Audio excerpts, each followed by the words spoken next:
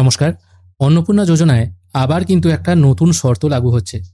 সংবাদ প্রতিদিন পত্রিকায় একটি খবর উঠে এসছে, যে খবরটা আমি পড়ছি, যেখানে দেখা যাচ্ছে অন্নপূর্ণা যোজনায় জুলাই মাসে টাকা পেয়েছেন অনেকে, কেউ কেউ বাদ পড়েছেন। কেন বাদ পড়লেন ওই মহিলারা, তা খতিয়ে দেখার কাজ চলছে।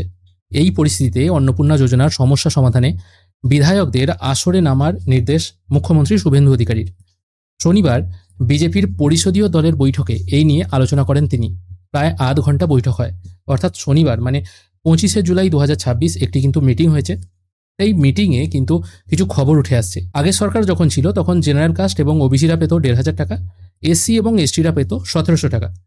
ক্ষমতায় আসার আগে বিজেপি সংকল্পপত্রে লক্ষ্মীর ভাণ্ডারের পরিবর্তে অন্নপূর্ণা যোজনা চালু করার কথা বলেছিল। প্রতি মাসে 3,000 টাকা করে দেওয়ার কথা বলা হয়। কিন্তু ক্ষমতায় আসার পর সেই নিয়মে কিন্তু অনেক চেঞ্জ হয়ে যায়। যেখানে দেখা যাচ্ছে মুখ্যমন্ত্রী বলেন, অন্নপূর্ণা যোজনা নিয়ে ইতিমধ্যে নানা বিতর্ক তৈরি হয়েছে, বিরোধীরাও বিতর্ক তৈরি করছে। এই তালিকায় এমন কিছু নাম নথিভুক্ত হয়েছে যারা অন্নপূর্ণা যোজনার আওতায় আসার কথা নয়। পারিবারিক আয় 1,00,000 টাকারও বেশি, এরকম অনেক নাম তালিকায় যুক্ত হয়েছে। এবার সমস্যাটা শুরু কিন্তু এই জায়গা থেকেই। আমি গতকাল একটি ভিডিও পাবলিশ করেছিলাম, যেখানে আমি বলেছিলাম যারা যারা অলরেডি টাকা পেয়ে গেছে জুলাই মাসে, তাদেরও কিন্তু সার্ভে করা হচ্ছে যে তারা ভুলবশত টাকা পেয়েছে কিনা।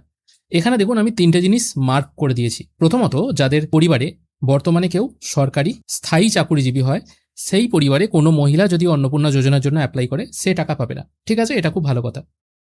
4 নম্বর পয়েন্টে দেখুন লেখা আছে আবেদনকারী আয়কর দেন। এক্ষেত্রে যিনি অন্নপূর্ণা যোজনা পাবেন, তিনি যদি আয়কর দেন, মানে তার ইনকাম যদি 12 লাখ টাকার ওপরে হয়, তবে তিনি অন্নপূর্ণা যোজনা টাকা পাবে না।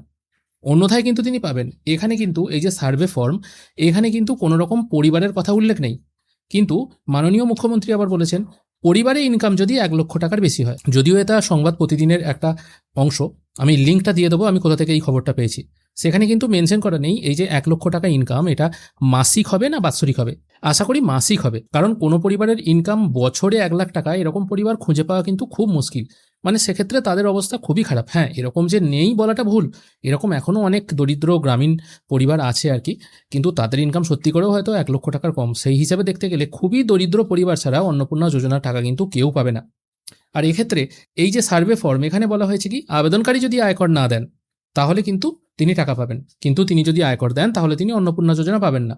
কিন্তু অন্য আলোচনায় দেখা যাচ্ছে কি, পরিবারের কথা উঠে আসছে। পরিবারের ইনকাম টোটাল যদি অনেকটা বেশি হয় তাহলে সেই পরিবারে টাকা আসবে না। এটা কিরকম কথা হলো? এবার সংবাদপত্রের কথাকে বিশ্বাস করব না এই ফর্মের কথাকে বিশ্বাস করব, আপনারাই বলুন। আমি আমার শর্টস চ্যানেলেও বলেছি, এই জিনিসটাকে এতটা তাড়াহুড়ো করে তৈরি করা কিন্তু উচিত হয়নি। প্রপার সার্ভে করা উচিত ছিল। যতদিন না পর্যন্ত প্রপার সার্ভে হচ্ছে ততদিন পর্যন্ত ওই 1500 এবং 1700 এটাই যদি রাখা হতো তাহলে কিন্তু কোনো অসুবিধা থাকেনি। এখানে কিছু মানুষ পেলো এবং কিছু মানুষ পেলো না, মাঝখানে আবার নিয়ম চেঞ্জ করে দেওয়া হলো, এখনও নিয়ম চেঞ্জ হচ্ছে। এতে কিন্তু সাধারণ মানুষের অনেকটাই অসুবিধা হচ্ছে। আশা করি আপনারাও আমার এই কথার সাথে একমত হবেন। আজকের ভিডিও এখানেই শেষ করছি। আবারও বলছি, এটা কিন্তু একটা সংবাদ প্রতিদিনের অংশ। আপনারাও সম্ভব হলে মেন ওয়েবসাইটে গিয়ে এটা পড়ে নিতে পারেন। আজকের ভিডিও এখানেই শেষ করছি। ধন্যবাদ।